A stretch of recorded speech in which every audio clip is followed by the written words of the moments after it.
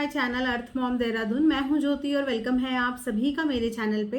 अगर आप इस वीडियो के माध्यम से चैनल में नए जुड़े हैं तो आप लोग चैनल को सब्सक्राइब भी कर सकते हैं। साथ में नीचे एक बेल नोटिफिकेशन है, उसको हिट ज़रूर कर दीजिएगा ताकि मेरे आने वाली हर वीडियो का नोटिफिकेशन आप सभी को सबसे पहले मिल जाएगा। आप सबकी जानकारी के लिए क्विकली बता देती हूँ कि मैं रिएक्शन एंड रिव्यू वीडियोज़ बनाती हूँ आपके favourite bloggers, trending topics, current controversies. तो अगर आपका भी कोई ऐसा ब्लॉगर या कोई टॉपिक है जिस पर आप चाहते हैं कि मैं अपना रिएक्शन दूं तो वो भी आप मुझे कमेंट्स में ज़रूर बताना। तो चलिए इसी के साथ हम लोग आज का रिएक्शन वीडियो शुरू करते हैं। उम्मीद करती हूँ कि आप सबको वीडियो पसंद आएगा। कमेंट सेक्शन में अपने ओपिनियन शेयर करना बिल्कुल ना भूलें। सो गाइज, आज से 3 दिन पहले चटोरी जी का एक लाइव आया था। ऑलमोस्ट 1.5 घंटे का वो लाइव था, जिस लाइव में उन्होंने अपनी बहुत सारी बातें अपने बच्चे से रिलेटेड शेयर करी, अपने इमोशन शेयर करे। जिस लाइव को ट्रस्ट मी मैं पूरा देख नहीं पाई, पूरा देख भी नहीं पाई और उस पर मैं रिएक्शन अपना दे भी नहीं पाई। आज फिर से उनका एक वीडियो आया है और ऑलमोस्ट 30 मिनट्स का वीडियो है, जिस वीडियो में वो फॉर द फर्स्ट टाइम अपने हस्बैंड के साथ इस इंसिडेंट के बाद देखने को मिली हैं। हाँ, वो पार्टी में दिखी थी, जिस पार्टी को उन्होंने मोक्ष पार्टी अपने बच्चे के लिए जो रखी थी, वहाँ पे अपने हस्बैंड के साथ दिखी थी। लेकिन जो उनकी ज़िंदगी में हुआ उसके बाद आज पहली बार उनके हस्बैंड को हमने एकदम करीब से देखा। हालांकि बोलते हुए आज भी उन्हें कुछ नहीं देखा, लेकिन करीब से उन्हें देखने के लिए आज हमें वीडियो में मिला है।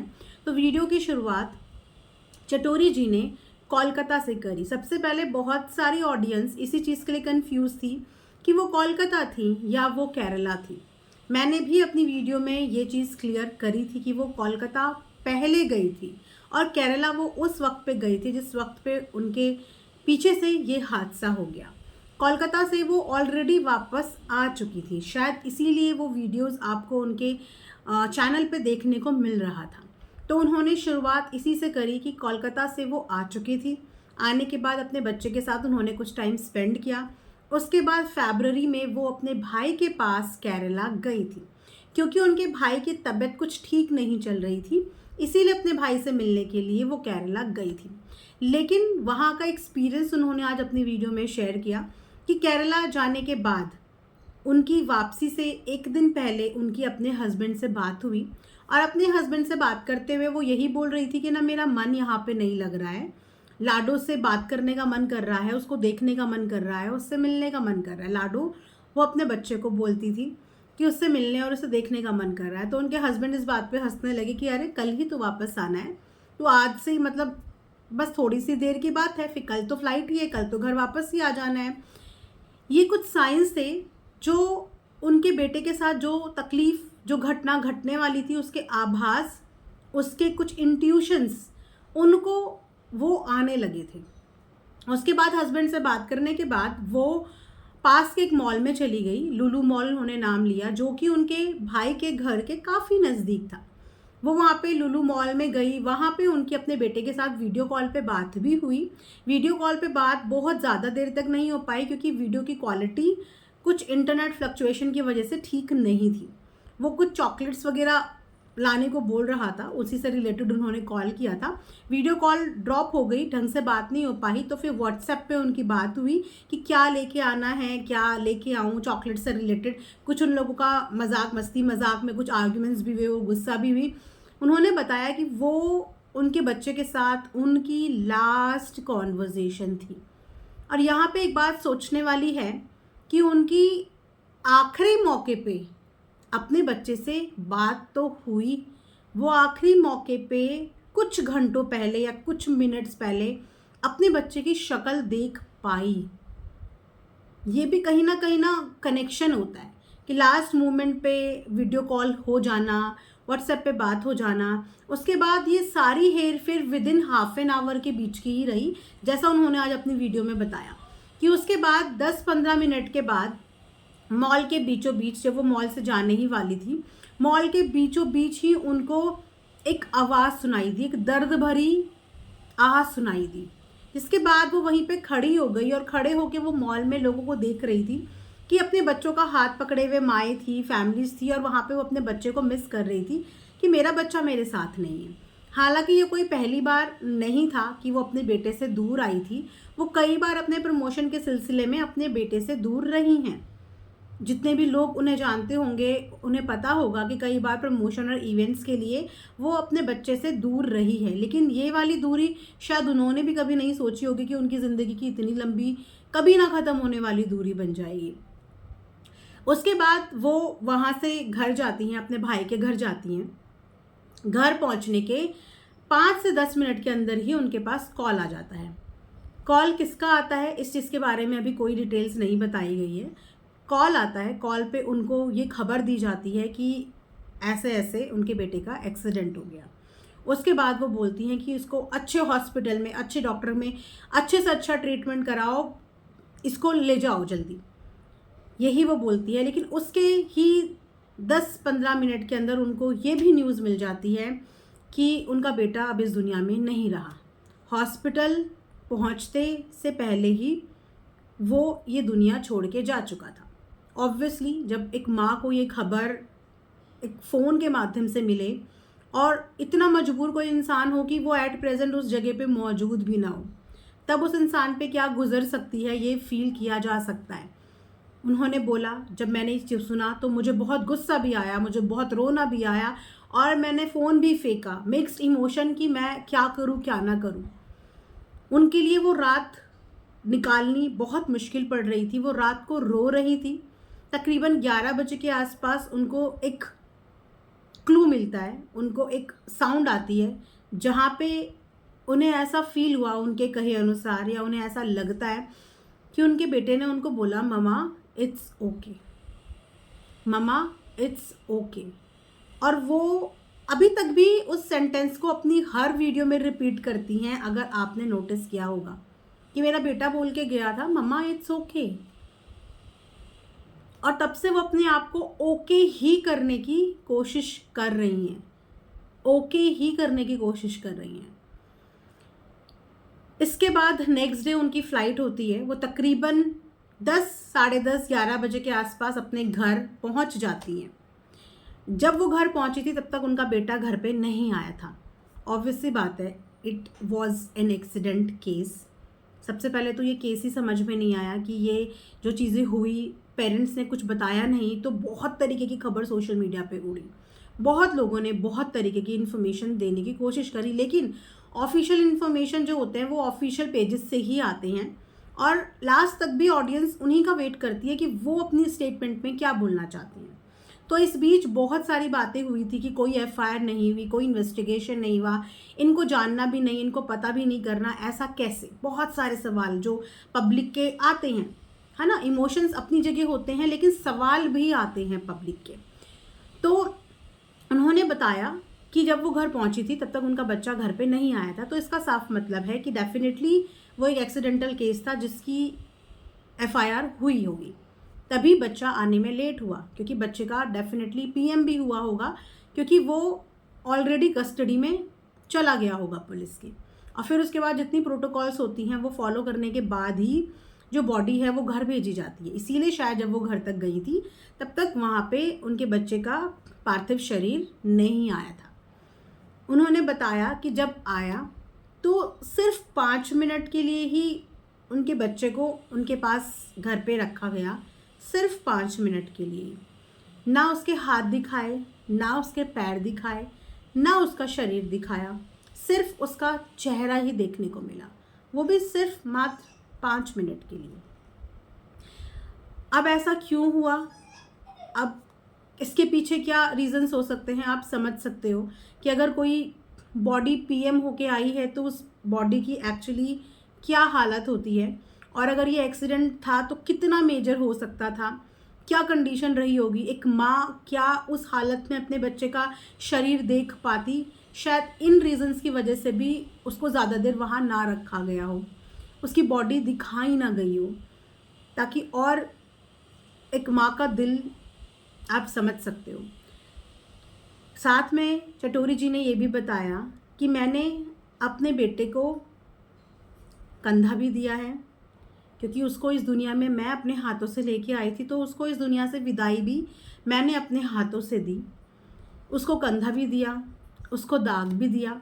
दाग देते वक्त की भी स्टोरी वो बता रही थी कि जब वहाँ पे दाग देने के बाद हम एक कोने में जाके बैठ गए और लकड़ियों की तरफ देख रहे थे तो उनको कुछ विजन्स आए, जिन विजन्स में उन्हें भगवान के भी विजन्स आए, उन्हें शिव शंकर भोलेनाथ के भी विजन आए, उसके बाद उन्हें गणेश जी भी वहाँ पे दिखे। ये सारी इंसिडेंट वो अपने शेयर कर रही थी।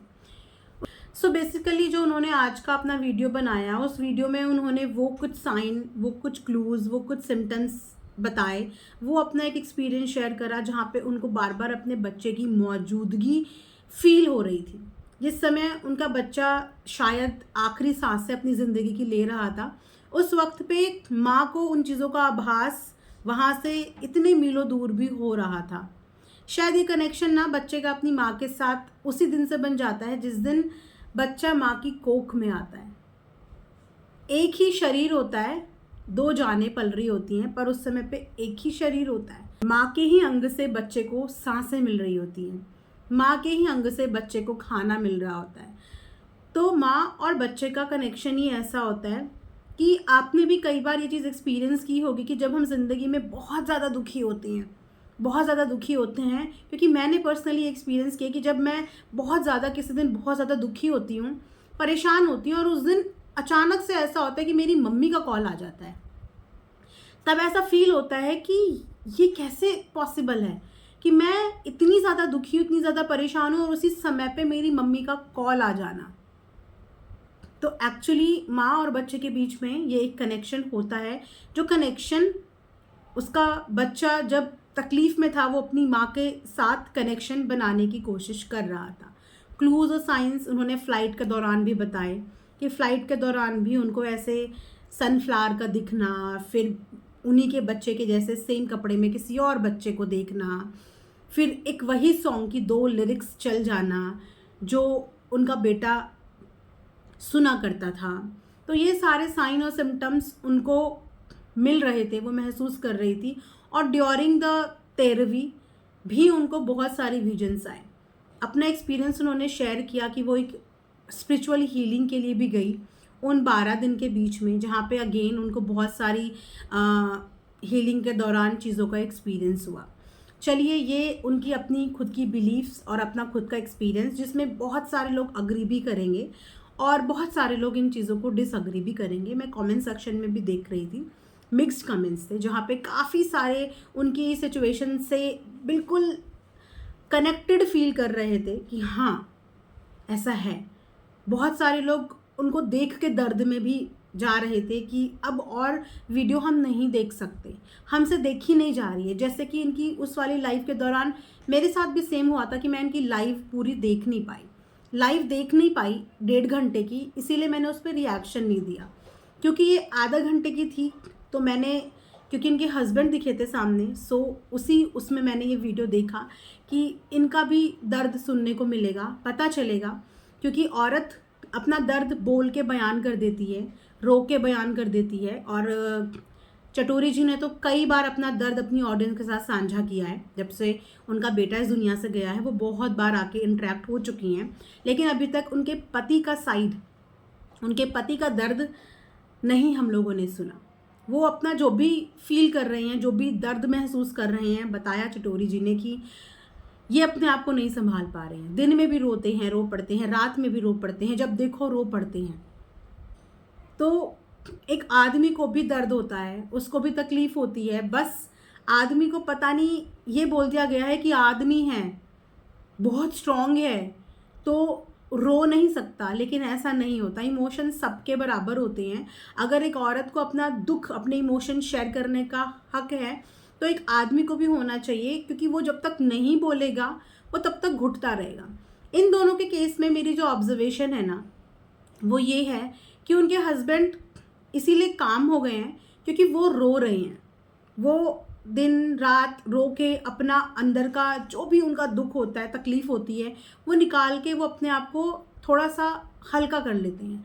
और इनकी वाइफ, क्योंकि उनके कानों में, उनके दिमाग में, उनके दिल में सिर्फ एक ही लाइन चल रही है कि मेरे बेटे ने मुझे बोला है मम्मा इट्स ओके, तो वो इट्स ओके को अपने ऊपर इस तरीके से ले रही हैं कि इट्स ओके, इट्स ओके। और ये इट्स ओके उनको स्ट्रॉन्ग बनने की हिम्मत दे रहा है, या मैं ये बोलूँ कि वो धीरे धीरे टूटती जा रही हैं। उनकी जिस तरीके से बॉडी लैंग्वेज आ रही है, जिस तरीके से उनके एक्सप्रेशंस आ रहे हैं, जिस तरीके से वो बात कर रही हैं, वो अपने आप को दिखा बहुत स्ट्रांग रही हैं, लेकिन वो स्ट्रांग नहीं है, वो दिखा रही हैं। वो बनने की एक होता है ना, बनने की कोशिश कि नहीं मुझे रोना नहीं है, अंदर से रोना बहुत आ रहा है, यहाँ तक गला भरा है, लेकिन नहीं मुझे रोना नहीं है, जिद मुझे रोना नहीं है, मुझे रोना नहीं है, ऐसे करके वो खुद भी बहुत हाई डिप्रेशन का शिकार हो सकती हैं, खुद भी एंजाइटी में जा सकती हैं। इसीलिए इंसान को अपने इमोशंस भी निकालने ज़रूरी होते हैं, और इस वक्त पे उनको हीलिंग की एक्चुअली बहुत बहुत बहुत ज़्यादा ज़रूरत है। तो मैं यही यहाँ पे बोलना चाहूँगी कि जितनी बार ये अपनी कहानी बताएंगी, जितनी बार इन चीज़ों को दोहराती रहेंगी, उतना ये अपने गम से उभर नहीं पाएंगी। एक ही चीज़ को जब इंसान कई बार दोहराता है तो उसको उतनी बार पिन की तरह वो चीज़ें चुभती हैं, उतनी बार। इसलिए डिस्ट्रैक्शन लाइफ में बहुत इंपॉर्टेंट होता है, वो भी उस वक्त पे जब आप एक बैड फेज से गुजर रहे हो।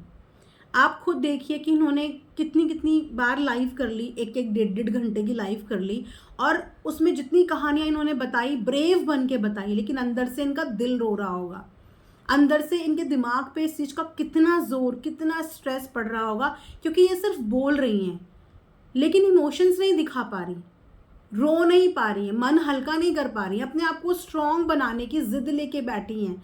हाँ, एक माँ स्ट्रांग होती है, लेकिन अगर एक माँ रो ले तो रोने से माँ कमज़ोर नहीं होती। और मुझे ऐसा लगता है कि इनकी सिचुएशन में इस समय पे इनको बहुत ज़्यादा ज़रूरी है, इनको हीलिंग की बहुत ज़रूरत है, अदरवाइज़ ये एक्चुअली डिप्रेशन में जाती रहेंगी इस तरीके से।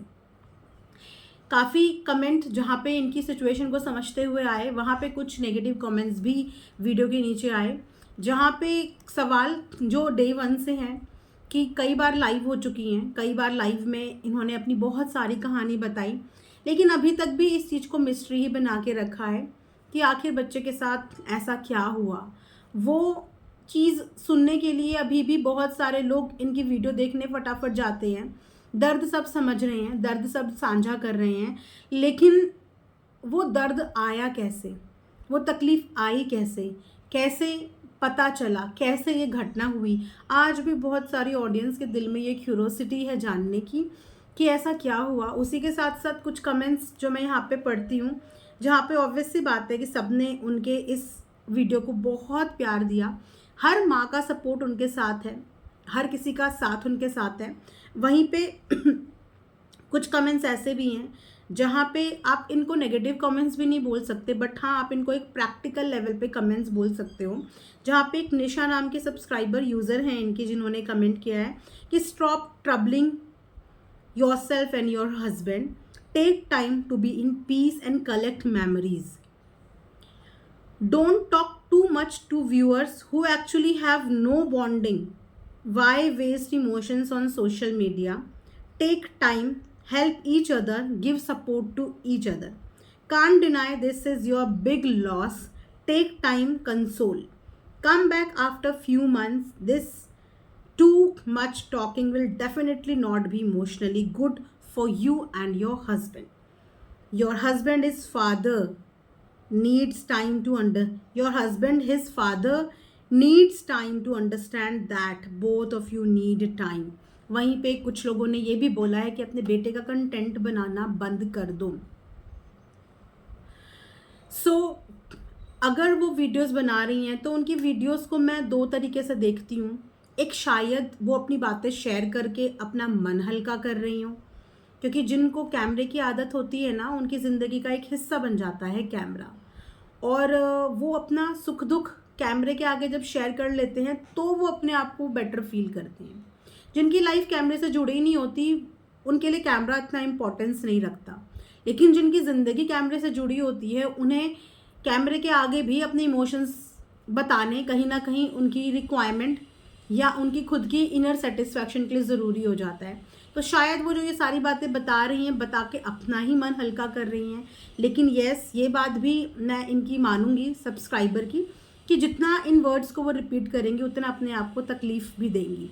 इस समय एक्चुअली इन लोगों को पीस की ज़रूरत है, एक दूसरे का हमदर्द बनने की ज़रूरत है, क्योंकि हस्बैंड ज़्यादा बोल नहीं रहे हैं, ना बोलना भी अपने आप में एक बहुत बड़े गम की निशानी होती है। तो दोनों को थोड़ा सा अपने लिए टाइम लेना चाहिए, एक दूसरे के लिए। अब ये दोनों हस्बैंड वाइफ ही हैं, तो थोड़ा सा अपने आप को समय दो, सोशल मीडिया से थोड़ा सा ब्रेक दो, क्योंकि सोशल मीडिया पे अगर आपकी तकलीफ लोग सुनेंगे तो बहुत सारे लोग उस पर क्वेश्चन भी करेंगे, क्योंकि सेम मानसिकता के सब नहीं होते। कुछ इमोशनली बहुत वीक होते हैं, कुछ प्रैक्टिकली बहुत स्ट्रांग होते हैं, कुछ इमोशनल और प्रैक्टिकल दोनों चीज़ों में सोचते हैं, क्योंकि मिलियंस ऑफ जनता है। और जब इस तरीके के कमेंट्स आते हैं तो जाहिर सी बात है कि सामने वाले को वो बुरे लगते हैं। ये सोशल मीडिया में हमेशा गुडी गुडी चीज़ें नहीं आ सकती, पॉजिटिव नेगेटिव मिक्स आते हैं। और इस समय पे नेगेटिविटी ये ले भी पाएंगे या नहीं, वो आपने लाइव में देखा था कि जब 2-4 नेगेटिव कमेंट्स आए थे तो एकदम से चटोरी जी हाइपर भी हुई थी, जो एक नॉर्मल रिएक्शन होगा। तो उनके लिए इस समय पे हाइपर होने से बहुत ज़्यादा इम्पॉर्टेंट है अपनी मेंटल पीस, अपने अंदर का सुकून, जो थोड़ा सा सोशल मीडिया के गैप और ब्रेक के बाद हो जाएगा। दोनों को ही इस समय हीलिंग की बहुत ज़्यादा ज़रूरत है। मैं ईश्वर से प्रार्थना करूँगी कि दोनों को इस गम से बाहर निकालने में हेल्प करें। टाइम दो, ये ऑडियंस कहीं नहीं जा रही है, ये आपके साथ ही है और आगे भी रहेगी। तो अपने दोनों को टाइम दो। इनके हस्बैंड की आज की देख के बहुत बुरा लग रहा था कि वो कुछ नहीं बोल पा रहे थे, मुंह लटका के एक तरफ, कभी ऐसे कभी ऐसे, मतलब कभी अपनी वाइफ की तरफ देख रहे हैं। बहुत लॉस्ट गमहीन माहौल में जैसे कोई इंसान चला जाता है ना, वो वैसे बैठे हुए थे, बात नहीं बोल पा रहे थे, नहीं बोलना चाहते होंगे। वहीं पे उनके बिल्कुल ऑपोजिट की चटोरी जी रुक नहीं रही थी। उनको ऐसा था कि मैं इतनी देर में अपने क्या क्या बातें बता दूं, क्या क्या अपने दिल से सब कुछ बता दूं, क्या क्या बोल दूं। लेकिन कभी कभी ये बोलना भी लोगों को मौका दे देता है आपको जज करने का। कोई अच्छा जज करेंगे और कोई इसी चीज़ को आपका पागलपन भी बोलेंगे, आपको अलग अलग तरीके से जज करेंगे। सो इसीलिए दोनों को इस समय पे एक दूसरे के साथ की बहुत ज़रूरत है। और आप सब उनके लिए पॉजिटिव वाइब्स और पॉजिटिव एनर्जीज और हीलिंग अपनी साइड से भेजिए। इसी के साथ ये रिएक्शन वीडियो मैं यहाँ पे एंड करती हूँ। होप आपको पसंद आया हो। Thanks for watching earth mom Dehradun.